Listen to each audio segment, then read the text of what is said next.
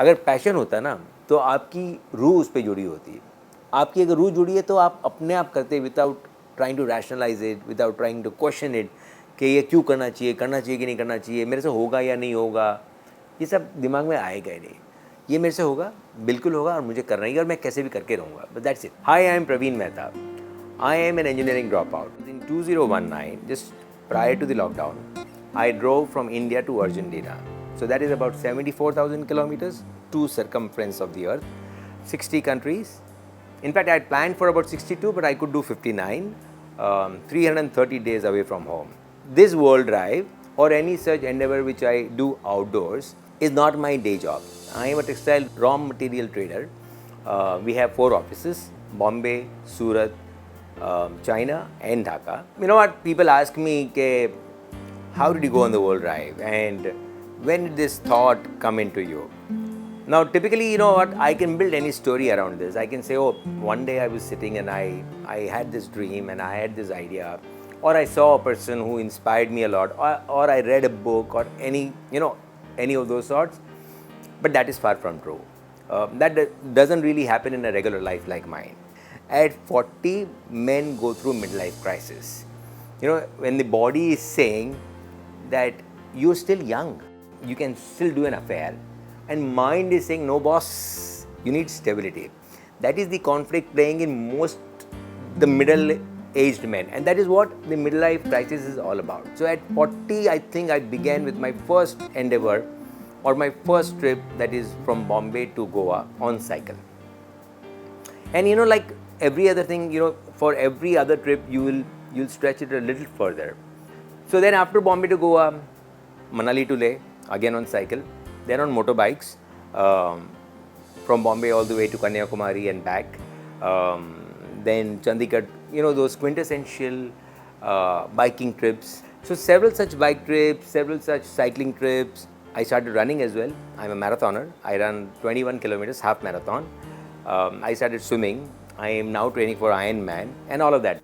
But World Drive was an extension of what I did earlier. Now, why I'm self-aggrandizing, or why, this may sound very pompous and all that, but I'm just trying to set you a context why I did the World Drive. Purpose of the World Drive was to meet and interview people, 2 people in every country. People who bring change in society, or people who influence our lives by their body of work, or people who bring progress to our life. So that was the template.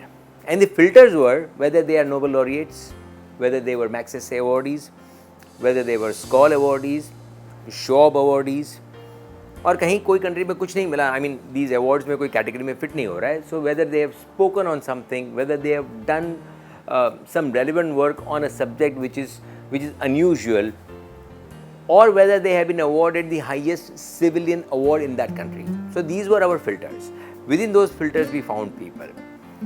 And to most of them, I asked one specific question, and almost to everybody, that why were they doing what they are doing? And across the board, normally people would say a lot of things. People would say that I'm doing it because I was made for it. And then they would build some grand story around it. They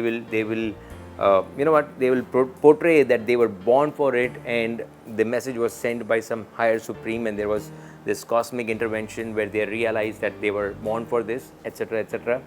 Or the society asked for it, or a lot of people around them asked for it, and all of that, right? But the honest answer is that most people do what they are doing because they think they can do it, and that is all about it. So if you can pull something off, right, and if you do not do it, then it's a waste of your life. This drive particularly was for experience. जैसे बोलते हैं ना हिंदी में, अनुभव का कोई मोल नहीं, कोई वजह नहीं. That was the purpose. For the World Drive, I took about 8 months to plan.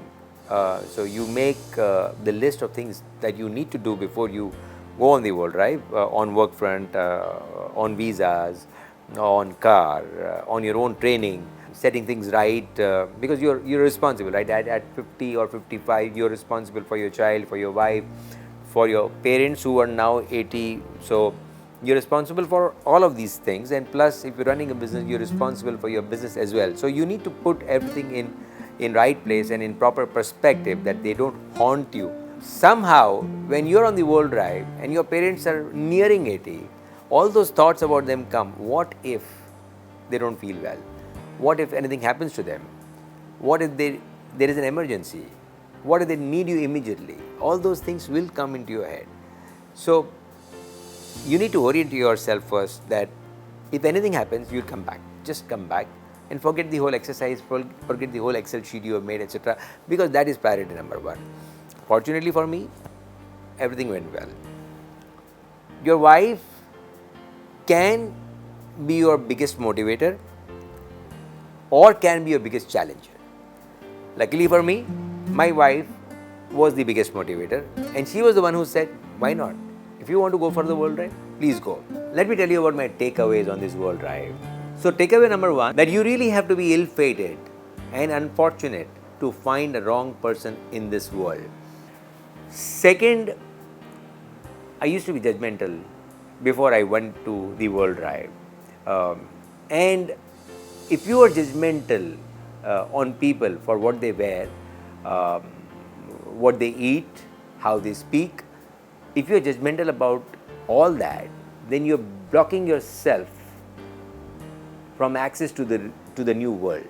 So I'm far less judgmental than what I was before I went to the world drive. To give you a gist about the pattern in these people, and the common denominator that we talk about here is that all these people who do phenomenal work in the field, and I'm going to repeat this again, that who bring progress to our lives and who influence the society by their work, etc., have one thing in common. So they may not be the most brilliant people you have met, and certainly not the most connected network to the top business or political echelons. In fact, they are as regular as you and me. There's hardly any difference when you meet them. Sometimes you have to even remind them, look, you are a Maxis awardee. Look, there is your Nobel Prize. I mean, I can literally see that, and you are speaking to me as a very ordinary person. The common denominator in them is that they have walked through their working lives. In the sense, for last 20 or 30 years, they have just showed up to do their work. And sum total of all those days in last 20 to 25 years have put them where they are, have brought them into the place where they are. And they make it look so quotidian and so commonplace that you think that if this guy can do it, so can I. That is their humility. So let's assume that the life is made of 4 quadrants. Okay, quadrant number 1, promising profession that pays your bills, your permanent life partner, be your spouse, be your friend, be your father, be your brother, be your wife, or be your mother, whomsoever, your permanent life partner, parenting a future. So anybody whom you want to, could be your child, could be your adopted person, could be person in the office, could be your mentee, anybody, right? So you parent a future, right? Your own legacy, your own ideas, your knowledge, you should bequeath it to somebody. Somebody has to inherit that. So that is your parenting a future. And fourth is pursuing a passion. Every life is made up of these 4 quadrants, right? To balance your life within these 4 quadrants, as per your own understanding, is celebrating life. If you started asking questions on what you're doing, and the moment you have started questioning and rationalizing, that means you lost your passion.